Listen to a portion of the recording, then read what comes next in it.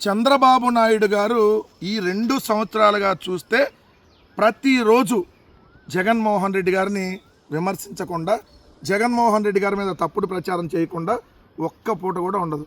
పొద్దున్న లేచిన దగ్గర నుంచి సాయంత్రం పడుకున్న దాకా నాకు తెలిసి నిద్దట్లో కూడా జగన్ జగన్ జగన్ అంట కలవరెత్తా పడుకుంటాడేమో. ప్రతిరోజు జగన్ గారి మీద విమర్శలే. అసలు కొద్దిగా బోరు కొట్టట్లేదు చంద్రబాబు నాయుడు గారు?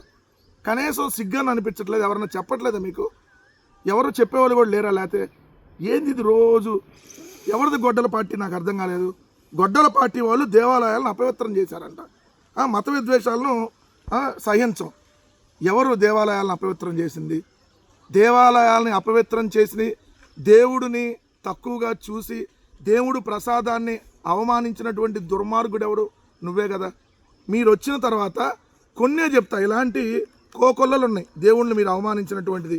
సాక్షాత్తు ముఖ్యమంత్రి, ఉప ముఖ్యమంత్రి, అదేవిధంగా మీ మంత్రులు తిరుమల వెంకటేశ్వర స్వామి లడ్డు మీద పంది కొవ్వు, గొడ్డు కొవ్వు, బాత్రూంలో యాసిడ్ అని చెప్పి నీచంగా మాట్లాడినటువంటి దుర్మార్గులు మీరే కదా.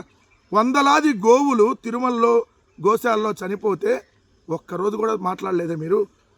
తిరుమల కొండ మీద బిర్యానీ సేవించడం, తిరుమల కొండ మీద బెల్ట్ షాపుల్లో మద్యం అమ్మటం, రీల్స్ చేయటం, అన్యమత ప్రచారం చేయటం, ఏదైతే అన్యమత ప్రచారానికి సంబంధించినటువంటి రింగులను అక్కడ అమ్మటం, అదేవిధంగా టీటీడీ చైర్మన్ డైరెక్ట్గా రంకు బొంకు వ్యవహారాల్లో దొరికినా కూడా అతన్ని మీరు తప్పించకుండా అక్కడే కంటిన్యూ చేయటం, అనేక సార్లు శ్రీవారి ఆలయం మీద హెలికాప్టర్లు తిరగటం, తిరుమల దర్శనం టికెట్లలో తొక్కిసలాట జరిగి 6 చనిపోవటం, సింహాచలంలో గోడ కూలి 7 మృతి చెందటం, శ్రీకాకుళంలో కాశీబొగ్గలో తొక్కిసలాట 9 మంది చనిపోవటం, శ్రీశైలంలో శివభక్తుల మీద, శివమాల వేసుకున్నటువంటి భక్తుల మీద ఏదైతే లాఠీ చార్జ్ చేయటం, తిరుమల గోవిందరాజస్వామి ఆలయం పైకి తాగుబోతు ఎక్కి కలశం పీకేయటం, అదేవిధంగా అనేక ఆలయాల్లో టీడీపీ నాయకుల ఆధ్వర్యంలో రికార్డు డ్యాన్సులు ఏదైతే వేయటం, ద్రాక్షారామంలో శివలింగాన్ని పగలగొట్టడం పొలుగుతో, అదేవిధంగా చంద్రబాబు నాయుడు కావచ్చు, వాళ్ళ కొడుకు కావచ్చు, ఆల్రెడీ దేవుడు విగ్రహాలని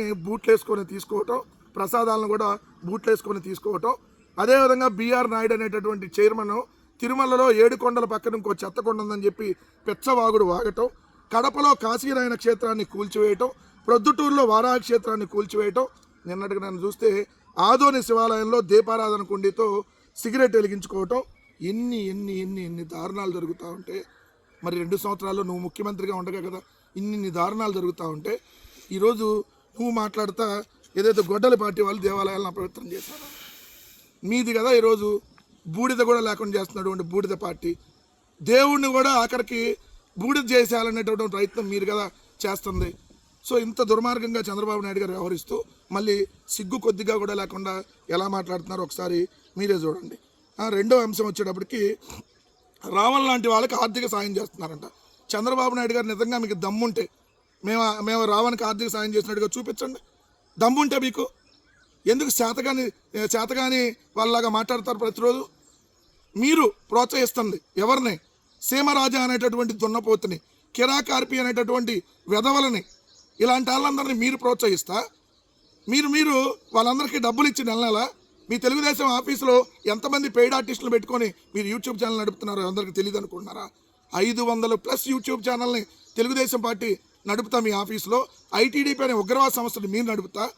మీరు అలాంటివి ప్రోత్సహించేది. ₹7 ఎల్లో పే బ్యాచ్ వాళ్ళందరినీ ఒక పోస్ట్ పెడితే ₹7 ఇస్తారంట, ఒక కామెంట్ పెడితే ₹7 ఇస్తారంట. మీరు సిగ్గు కొద్దిగానా లేదు?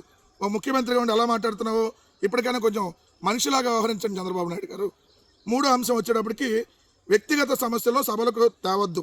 సభ జరుగుతుండగా 4 మహిళలు తమ సమస్యలు చెప్పేందుకు ప్లకార్డులు ప్రదర్శించడంపై ముఖ్యమంత్రి ఆగ్రహం వ్యక్తం చేశారు. సమస్య నిజమైతే తాను వాటిని పరిష్కరిస్తానని, వినతి పత్రాలు ఇవ్వాలని సూచించారు. ఎక్కడి నుంచో వచ్చి సభకు అవాంతరాలు కల్పిస్తున్నారని, ఇది మన సంస్కృతి కాదని హెచ్చరించారు. ఇప్పుడు ఎక్కడి నుంచో ఎందుకు వస్తారు నాకు అర్థం కాదు. ఇప్పుడు బనగానపల్లిలో నిన్న మీటింగ్ జరిగితే ఆ చుట్టుపక్కల వాళ్ళు వస్తారు. మీరు బస్సులు ఇచ్చి తరలించిన జనమేగా వచ్చింది, కొత్త వాళ్ళు ఎవరు రాలేదుగా.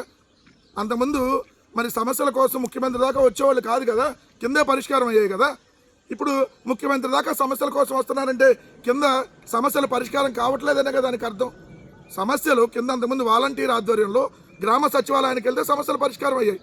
ఈరోజు చూడండి, సచివాలయాల్లో పనులు కావట్లేదంట, కలెక్టర్ల దగ్గర పనులు కావట్లా, మంత్రుల దగ్గర పనులు కావట్లా, ముఖ్యమంత్రి దగ్గర డైరెక్ట్గా వస్తే ముఖ్యమంత్రి ఏమో వాళ్ళ మీద అరిసి కేకలేస్తున్నాడు.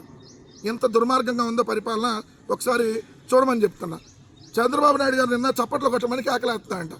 ఎవరు ఆయన మాట్లాడుతుంటే చప్పట్లు కొట్టమని చెప్పి కేకలేస్తున్నటువంటి పరిస్థితి. మందుబాబులకు మాత్రం పండగే పండగంట. నిన్న బనగానిపల్లి మొత్తం ఫుల్గా నిన్న మద్యం ఏర్లై పారిందని చెప్పి పత్రికల్లో వచ్చినటువంటి వార్తలు. ఏదైతే టీడీపీ సీఎం పర్యటనకు వెళ్ళే సమయంలో ఆయా గ్రామాల టీడీపీ నాయకులు ఇచ్చే మందు చాలక బస్సు దిగిన తర్వాత మళ్ళీ మందు ఇవ్వడంతో కిక్ ఎక్కువై చాలామంది కింద పడిపోయారు. సీఎం చంద్రబాబు మాట్లాడుతున్నానుగానే బయటకు వెళ్ళిపోయినటువంటి జనము. ఇది పరిస్థితి. నిన్న మళ్ళీ మాట్లాడుతూ తండ్రి సమాధి వద్ద పూజలు తల్లికి క్షోభ అని చెప్పి మాట్లాడుతున్నారు చంద్రబాబు నాయుడు గారు. కొద్దిగన్నా మీకు సిగ్గెందుకు దేవుడు పెట్టలేదో తెలియట్లా. అసలు మీ తల్లిదండ్రుల పేర్లు చెప్పండి చంద్రబాబు నాయుడు గారు. మీరు మీ తల్లిదండ్రులకు ఎప్పుడన్నా ఫోటోకి దండేశారా మీరు? అసలు మీ తల్లిదండ్రులు మీరు కలిసి దిగినటువంటి ఫోటో ఏమన్నా ఉందో అప్పటి వరకు? మీ తల్లిదండ్రులు చనిపోతే కనీసం మీరు ఏదైతే గుండు కొట్టించుకోలేదు కదా, వాళ్ళకి ఎట్టు తలకొరువు పెట్టలేదు మీరు. ఒక్కరోజన్నా జయంతి వర్ధంతి అసలు గుర్తుందా మీకు? ఎప్పుడు పుట్టారు మీ తల్లి మీ తండ్రి, ఎప్పుడు చనిపోయారు మీకు తెలుసా? కనీసం మీరు తల్లిదండ్రుల గురించి మాట్లాడితే ఎట్లా? అదేవిధంగా చూస్తే తండ్రిని గౌరవించి తండ్రి ఆశయ సాధన కోసం పార్టీ పెట్టి మగాడిలాగా నిలబడినటువంటి వ్యక్తి జగన్మోహన్ రెడ్డి గారు. మీలాగా కాదు. తల్లిదండ్రుల్ని ఏదైతే గాలి కొదిలేశారు మీరు, తల్లిదండ్రులకు కనీసం ఒక్కరోజు కూడా వాళ్ళ ఫోటోకి దండ ఇలా నువ్వు కనీసం ఒక పువ్వు పెట్టాల వాళ్ళ వర్ధంతికి జయంతికి. నువ్వేందా మాట్లాడేది? కొద్దిగా సిగ్గు ఉండాలి చంద్రబాబు నాయుడు గారు మాట్లాడేటప్పుడు అని చెప్పి జనం చీకొడుతున్నా మీకు సిగ్గు రావట్లేదంటే ఇంకా మీకు మీ ప్రభుత్వానికి పోయే కాలం దగ్గర పడింది అనేది క్లియర్గా అర్థమవుతా ఉంది.